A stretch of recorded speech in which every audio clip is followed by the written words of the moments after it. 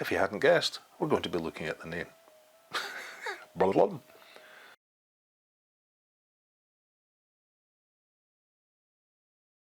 And I'll see you on the next Retro Crazy or Retro Made.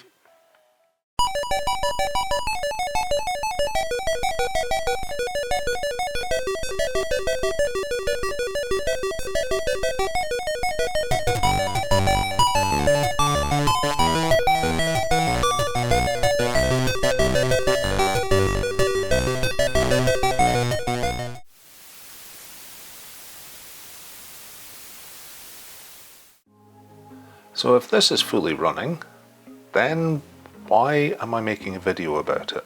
Well, first of all, the case is a little bit grubby. There's some marks by the looks of it under the screen, and it needs a good clean. Let me just confirm that it's running.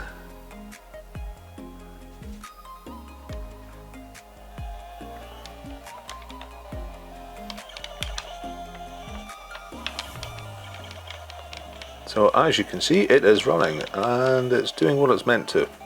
It's very difficult for me to play though because it's flat and I'm not. That's just so you can see it. So what's the issue? Well, let's see if we can, it sometimes does it when we do this. Oh, no. And of course typically it's not going to do it now, so let me switch off and show you. And the issue is in here. And if you can't tell, there are some marks where there has been corrosion, but look at the contacts, look at the springs. They are weak and they should look like this one. Let me zoom in and let you have a look. So here's how they should look, and here's how these ones look.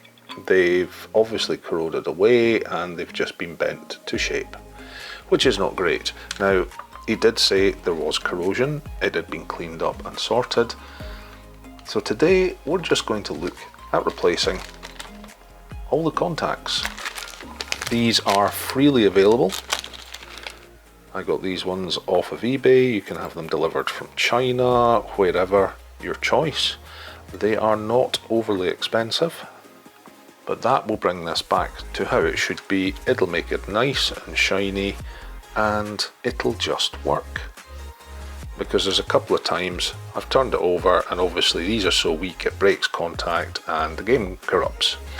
So we need to get into this to start with. There are 6 tri-wing screws. Now when you will open these you have to be careful because you'll see the ribbon in there and that's connected in.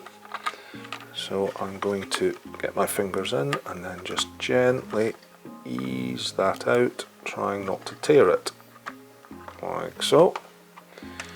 And then we're in. Now you can still see some corrosion on the copper running down, so we're going to have to sort that.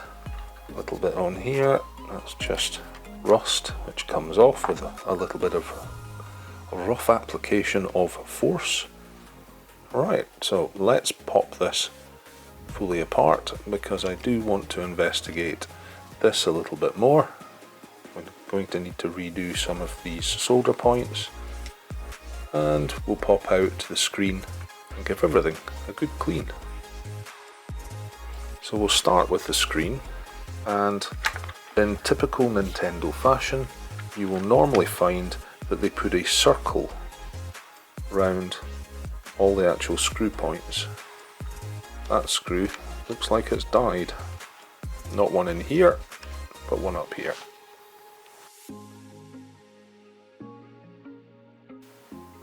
And there's the screen out. You can see that this screw has also corroded and there's rust around here which we'll need to deal with. The screen itself looks alright. The board itself, there's flux from manufacture, but that's about all. So looking not too bad. So let's pop this to the side. We'll lift out all the contact points. Yep, these are going to need a clean as well. Oh, very definitely. Very grubby. And there we are down to just the casing with some rusty, broken off screws. Not a lot we can do about that. I might be able to get something on that. Small mole grips, maybe a set of pliers to grip and twist, but that one's gone. That one's flush with the plastic, so there's no way of recovering that, unfortunately. But what's that stuck to it? It's almost like metal that's stuck to it, that's corroded. There's certainly nothing on the screen. I'm wondering if it's just where the screws corroded and dropped down. But yeah, that's quite bad and needs dealt with. It's the original adhesive. Yep, the original adhesive for the screen. We've got rust underneath it, so a lot of this will clean off nicely. So before we pop this to the side, let's get this lens off. Now normally it should come with a flex.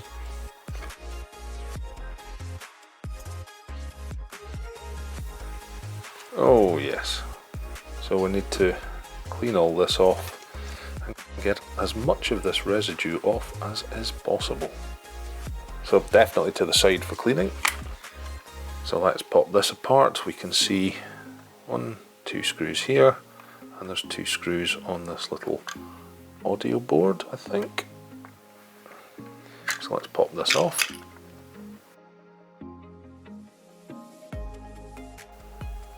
Here's the top side of the board. A little bit of corrosion here, nothing major. I'll maybe lift that off. However, I'm going to put some deoxit in the switch. I'm checking the contacts are nice and level all the way down, and it appears that they are. So that looks alright. So it's just this we're going to worry about, and obviously, yeah, the corrosion on these connectors. So pop this to the side. And the last thing to come out for cleaning that I'm worried about will be these 4 screws. That's looking fine, there's no corrosion on it, so that can go to the side. And that leaves these connectors. And these should be push fit. So if I swap over to a flat blade screwdriver, I should be able to push them out. Now this one has actually rotted through. So what he's done is he's using a little bit of solder to make contact, which works. It does work, but long term I'd rather replace and put something fresh in. So this one, however, is proving to be a bit more stubborn.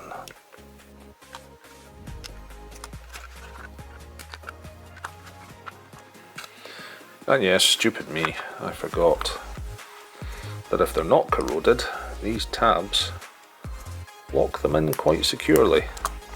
So just knock them in from the bottom.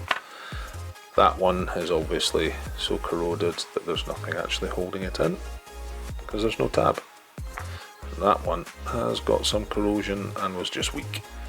So these are for the bucket. So I'm going to pop all these to the side. They're going to go and get washed. These I'm going to try cleaning up with some white vinegar. Hopefully be able to lift most of that corrosion off. The areas that are really fine I should be able to get into with something like these tweezers, which is actually already doing the job. You may not be able to pick it up on camera, but I'm seeing tiny little fragments coming off. Right, let's pop these to the side. So the one thing I'm concerned about is this corrosion. I don't know what's going on underneath this plate. However, judging by the amount of solder that they're using to fix it down, it's not going to be easy to lift. So for this one, while I could use a solder sucker and it would work, it would just take me a bit of time, I'm going to go and grab the desolder gun.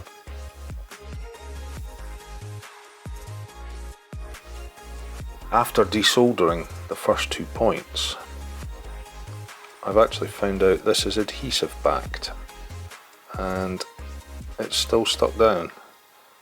So I'm going to resolder these points back down. I'm just going to do these points here, and then I'll just peel all of this back. It may damage it, but I still need to get under here and find out what corrosion is going on.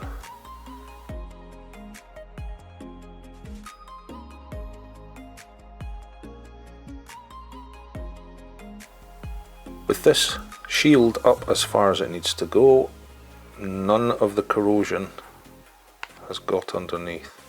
So that is fine. I can push this back down and solder it back down. It's never going to be pretty, but I'm happy that I've found nothing underneath. So it's just these areas here that need a good clean and the solder tidied up.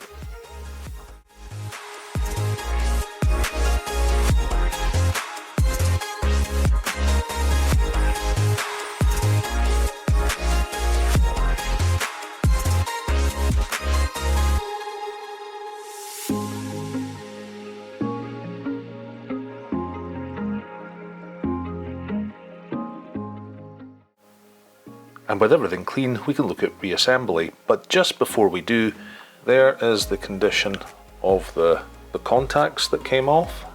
You can see they're quite corroded, and yeah, lots of corrosion on the back.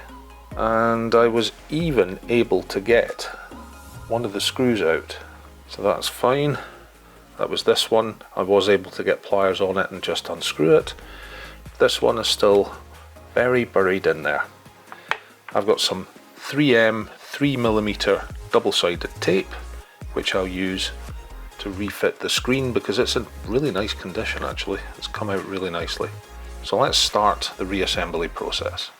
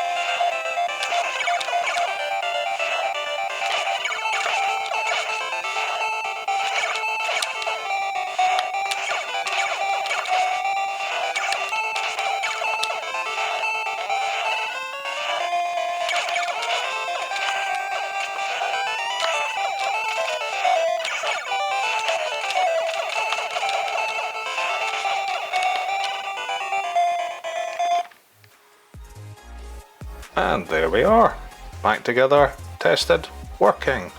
Now we don't have a battery problem. The batteries are held in tightly, which is great. It looks much cleaner. I don't see any grubby marks anymore. And she runs fine. So very, very happy. Another one should last for a good long time. Thanks in part to Sparks, who did the recapping and the finishing touches, I hope, by myself, just to make this exactly as it should be. So thank you for watching. Please remember to like and subscribe, and I'll see you on the next Retro Crazy or Retro Crazy Mini Byte.